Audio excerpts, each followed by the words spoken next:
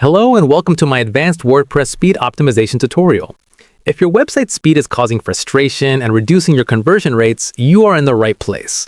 Studies reveal that around 60% of visitors abandon a site that takes more than 3 to 4 seconds to load. Today, we're going to fine-tune your WordPress website speed to align with the recommended guidelines from Google Page Speed Insights and GTmetrix. Speed is a critical factor in search engine ranking, and we want to transform your website into a high-speed, efficient online presence. Website speed depends on many factors, especially your website's structure. While achieving a 100% perfect score is difficult, a minimum of 75% is a good score, and we will do our best to execute comprehensive speed optimization for blazing fast page load times. To achieve nearly perfect scores, here's what needs to be done. First, go through your existing plugins and streamline your theme to enhance efficiency. Next, optimize your images for faster loading and implement compression techniques to minimize data size. You should also integrate lazy loading for optimized resource usage.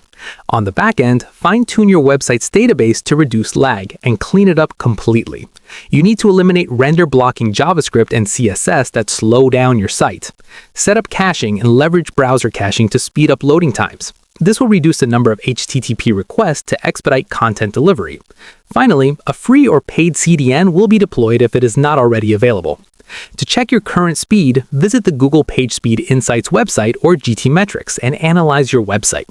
Google Page Speed is highly important, even more so than GTmetrix, because it is a direct ranking factor.